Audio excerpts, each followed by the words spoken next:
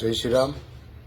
ગઈકાલે તારીખ 12ના રોજ તળાજા શહેરની અંદર અંદાજે 15થી 20 હિન્દુ મંદિરો જેવા કે હનુમાનજી મહારાજ ખોડિયાર માતાજીના મંદિરો એવા મંદિરોને તળાજા નગરપાલિકા દ્વારા તોડી પાડવા માટેની 7 દિવસની નોટિસ આપી છે કે ભાઈ 7 દિવસમાં તમે આ મંદિર નહીં હટાવો તો અમે ડિમોલેશન કરીશું.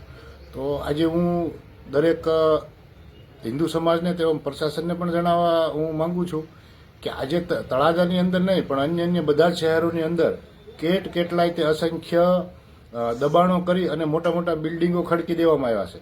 તળાજાની અંદર પણ આખું અમારા પાસે બજરંગ દળ પાસે એવું લિસ્ટ પણ છે કે ગેરકાયદેસર જમીનો ઉપર, સરકારી જમીનો ઉપર મોટા 3 માળના બિલ્ડિંગો ખડકી દેવામાં આવે છે. પોતાના અમુક ધાર્મિક સ્થાનો પણ એના માટે ઊભા કરવામાં આવ્યા છે.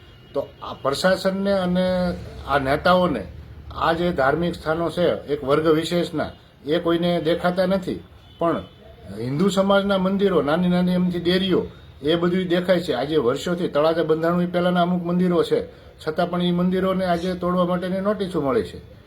તો આ બધા જે આપણે ચૂંટીને હિન્દુ સમાજના મતે ચૂંટાઈને આવેલા શાસકોને પણ મારે કહેવાનું કે તમારે જો આ ભારતને બાંગ્લાદેશ અને પાકિસ્તાન બનાવવું હોય તો અમારા માટે તમે હો શાસન કરતા કે ઔરંગઝેબ હોય, અમારા માટે શું ફેર પડવાનો હોય.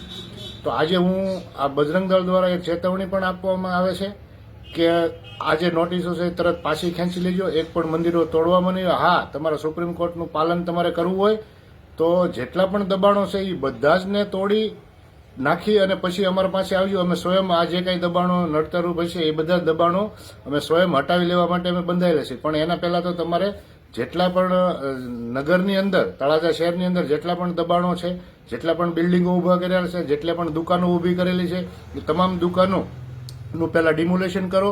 ત્યારબાદ અમને ખાલી કહેજો એટલે અમે સ્વયં અમારી રીતે આ બધા દબાણો અમે હટાવી લેવામાં.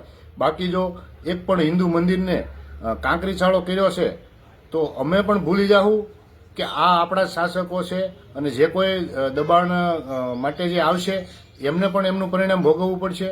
બીજું કે બજરંગ દળ છે એ એવું નહીં માનતું કે અમે અમારા પ્રાણના ભોગે પણ રક્ષણ કરીશું. અમે અમારા પ્રાણના નહીં, અમે તમારા પ્રાણના ભોગે પણ અમે અમારા હિન્દુ મંદિરોનું રક્ષણ કરશું. અમે ઈંટનો જવાબ પથ્થરથી આપવામાં માનીએ છીએ. એટલે એવું નહીં સમજતા કે આ ખાલી ચેતવણી છે. આગળ સમય આવશે, જરૂર પડશે તો અમે કરીને પણ દેખાડશું. એના માટે આપ તૈયાર રહેવાનું રહેશે અને એને આ ચેતવણી છે, જે સમજવું એ આપ સમજજો. જય શ્રી